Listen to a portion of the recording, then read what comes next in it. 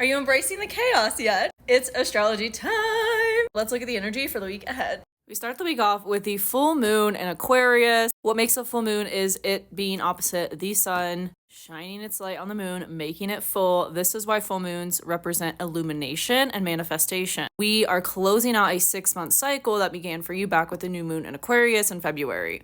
What was coming up for you then, and what are you closing out in your life right now based on the area of life you have Aquarius ruling? What changes are you making that are maybe unexpected and sudden, as this full moon will be in a challenging aspect with Uranus, begging for a big release and transformation in order to create your manifestation and bring it to life. Also at play with this full moon is the Mercury retrograde. So we are also reevaluating the area of life you have Leo ruling in terms of your plans, your communication, your belief systems, Mercury themes. Monday is a big day because Mars is still on Jupiter and both of them are squaring Saturn, and Saturn in Pisces is also opposite Venus and Virgo, which is also squaring Mars and Jupiter. This is what is making what we call in astrology T-squares. When there are two planets opposite each other, both squaring another planet in the same modality. In this case, it's mutable. And we also have one with full moon and Uranus and fixed signs. I have a whole class on the astrology aspects in my membership if you want to learn more about aspect patterns like T-square, kite,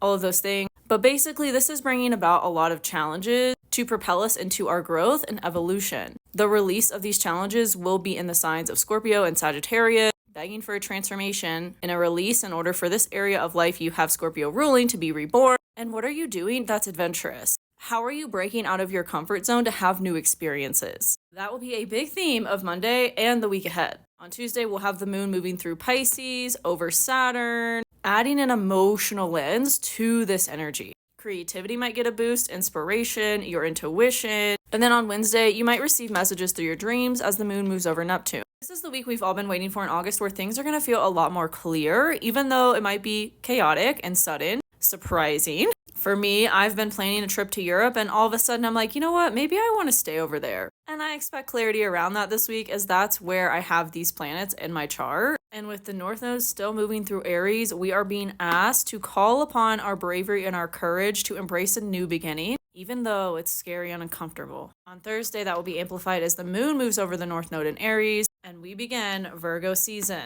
the season of reevaluating our lives with the lens of how can we make this better?